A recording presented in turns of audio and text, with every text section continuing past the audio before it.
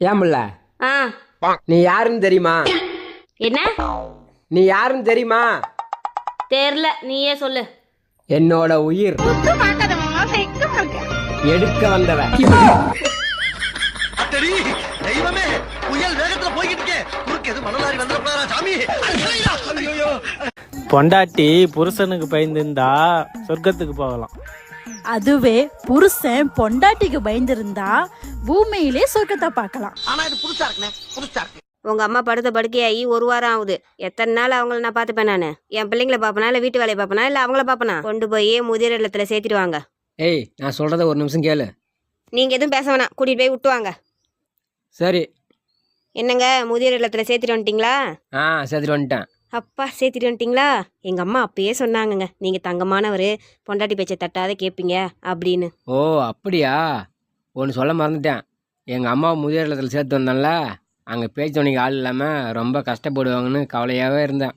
ஆனால் பேச்சுவனைக்கு ஆள் கிடச்சிட்டாங்க. யாருங்க அது? உங்கள் அம்மா தான். இப்போ தான் உங்கள் அண்ணன் வந்து உங்கள் அம்மாவை முதியோர் இல்லத்தில் சேர்த்துட்டு போகிறான். அடப்பாவி, பொண்டாட்டி பேச்சு கேட்டுட்டு எங்க அம்மாவை முதியோர் இல்லத்துல சேர்த்திட்டானா? அவனா நல்லா இருப்பானா? அவளாம் ஆம்பளை, அவனா நாசமா போவ. என்னடி சொன்ன? உனக்கு வந்த ரத்தம், எனக்கு வந்த தக்காளி சட்னியா? எங்கள் அம்மாவை முதியோர் இல்லத்துலாம் சேர்க்கல, வீட்டில் தான் படுத்துருக்காங்க. என்னை மன்னிச்சிருங்க, நான் என்னோட தப்பை உணர்ந்துட்டேங்க.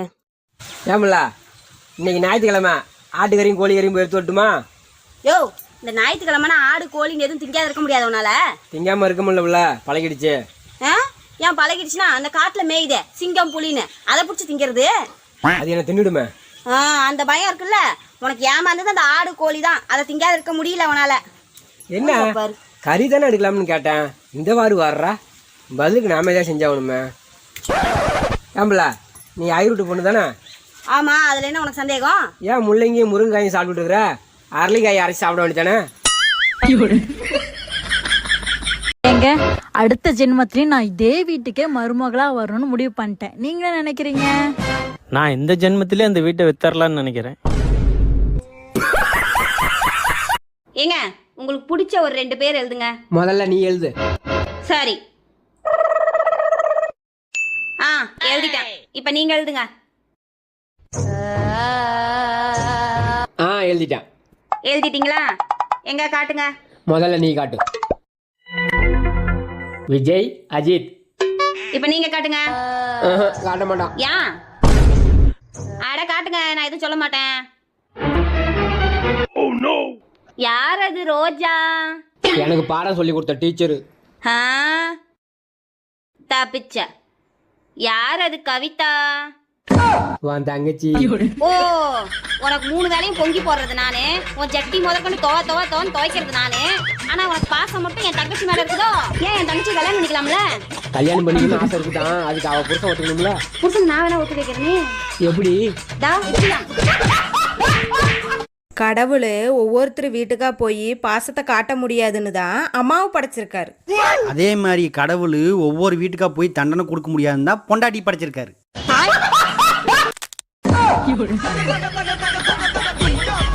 என்ன? 2 குழந்தை பிறந்துருச்சு. ஆமா. 2வது குழந்தைக்கு 2 வயசு முடிஞ்சிருச்சு. சரி. இப்ப வேலைக்கு போகணும்னு ஆசைப்பட்டிய, வேலைக்கு போறியா? எப்படி? நான் ஃபுல் சப்போர்ட் பண்றேன் உனக்கு. நான் சொல்லு, என்னன்னு சொல்லு. நான் காலேஜ் முடிச்சே 10 வருஷம் ஆச்சு. என்ன வேலை பார்த்தேன்னு எனக்கு மறந்து போச்சு. அவன் 1 மாசம் விட்டு போனாலே அடுத்த செமஸ்டருக்கு என்ன பேப்பர் வரும் மறந்து. இப்ப போய் நான் வேலைக்கு சேர்ந்து அவன் 7 வருஷமா என்னமா பண்ணிக்கிட்டு இருந்தான்னு கேட்பான். நான் 2 பிள்ளைகளை பெத்து வளர்த்துட்டு இருந்தேன்னு சொல்லுவேன். அதுகளே வச்சு வளர்த்து வாழ்க்கையை ஓட்டுமான்னு சொல்லுவான். அதை நான் கேட்டு வந்து உங்க சொல்லி அழுகுன. அதுக்கு தானே. இல்ல, அதுக்கு இல்லம்மா.